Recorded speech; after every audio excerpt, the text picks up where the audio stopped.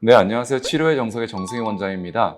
오늘은 정형외과라는 과가 일반적으로 어떠한 치료들을 하는지, 그리고 이 영상을 시청하시는 시청자분들이 봤을 때 정형외과라는 과가 대체 무엇인지부터 한번 설명을 드리고 넘어가야 될 부분이라고 보여집니다. 일단 무릎의 관절을 가지고서 좀 설명을 드려보도록 할게요. 우리가 흔히들 무릎 그러면 가장 먼저 떠오르는 진단명은 관절염입니다.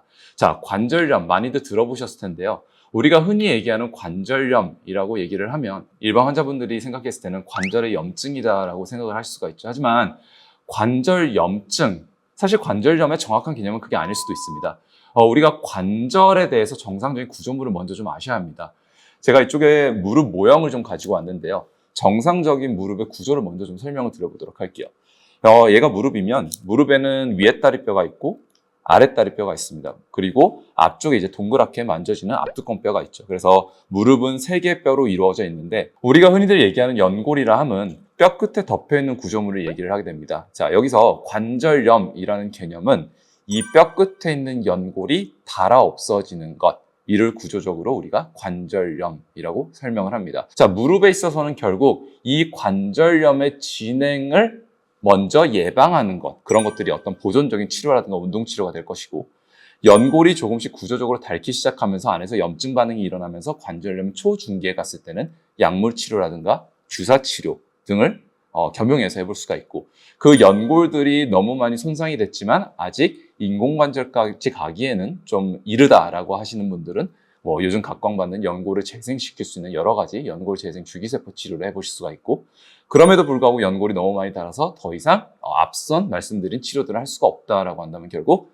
인공관절을 선택을 하시게 되겠죠. 자, 우리가 무릎 관절에 있어서 치료를 선택하는 이런 여러 가지 것들은 다 무릎이 어느 정도 손상이 되었느냐에 따라서 선택할 수 있는 기준들이 다 정해져 있습니다.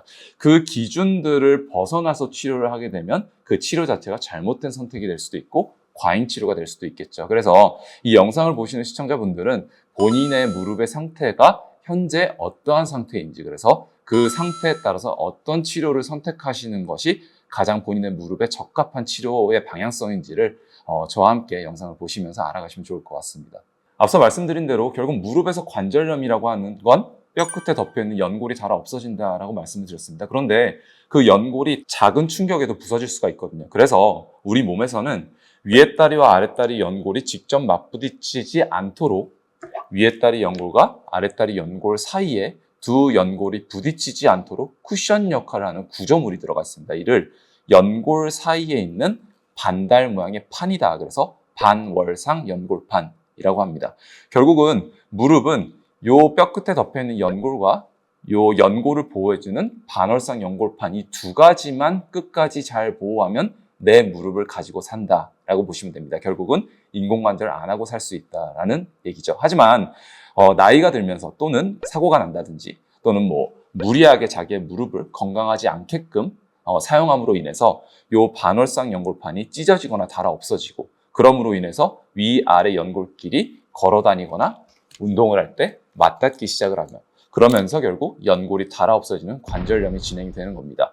그래서 무릎에 대해서 통증이 있다 또는 무릎에 불편감이 있다라고 할 때는 가장 중요한 건 본인의 무릎의 상태가 정상과 비교했을 때 어느 부분에 구조적으로 문제가 있느냐를 판단하는 게 가장 중요합니다. 본인의 통증이 있어서 영상을 찍었을 때, 예를 들어 엑스레이라든가 MRI를 찍었을 때 거기서 구조적 문제가 발견이 된다면 그 구조적 문제에 맞는 선택지를 결정을 하시면 결국은 본인은 치료가 올바른 방향성으로 가게 되겠죠. 통증이 있는데 영상으로 확인을 할 때는 구조적 문제는 크게 없다라고 한다면 결국 보존적 치료, 약을 드신다든지 운동을 한다든지 주변의 근력을 강화시키는 어떤 재활을 통해서 통증을 완화시킬 수가 있겠고, 앞서 말씀드린 대로 반월상 연골판의 구조적인 문제라든가 연골이 닳아있는 상태라든가 아니면 무릎의 안쪽을 여러 가지 구조를 이루어주는 전방 후방 십자인대라든가 내외 측측부인대라든가 이런 무릎의 안정성을 보여주는 구조물들의 손상이 있다라고 한다면 그것에 맞는 치료가 선택이 될 거고요.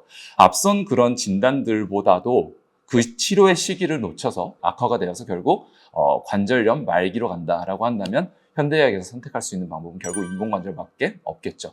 결국 정형외과에서 무릎 관절에 있어서 치료의 방향성은 이 환자를 이번 생에 어떻게든 인공관절을 하지 않고 자기의 무릎을 가지고 끝까지 살아갈 수 있느냐, 그 방향성을 제시를 해드리고 그 방향성에 맞는 치료의 선택지를 드리는 게, 그것이 정형외과 의사가 해야 될 길이라고 생각이 듭니다.